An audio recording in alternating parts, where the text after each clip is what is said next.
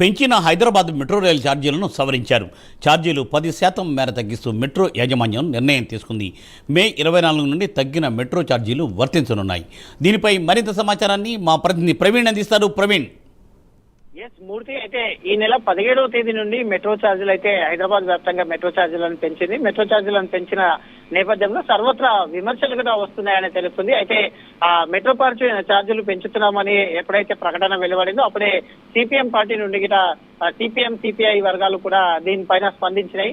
పెంచిన మెట్రో ఛార్జీలను వెంటనే తగ్గించాలని, సామాన్య పౌరుల నుంచి కూడా మెట్రో ఛార్జీల పెంపుదల అయితే ఏకంగా విమర్శలకు గురి చేస్తుందని చెప్పాలి. అదే విషయంలో అక్కడ ఆర్టీసీ చూసుకుంటే కదా బస్సులో రద్దీ కారణంగా ప్రజలందరూ టోటల్ గా అయితే ఇక ఎక్కడ ట్రాఫిక్ లేకుండా ఈజీగా వెళ్ళిపోతాం అనే ఉద్దేశంతో మెట్రోకే ఎక్కువగా వెళ్తున్న తరుణం లోపల ఛార్జీలు పెంచడం సామాన్యుల పైన భారం అయిందనే చెప్పాలి.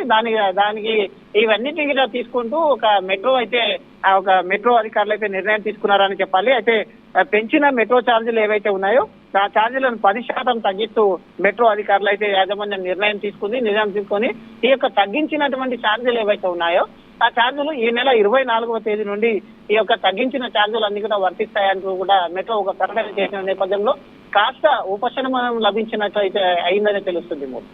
Thank you Praveen. Thanks for update.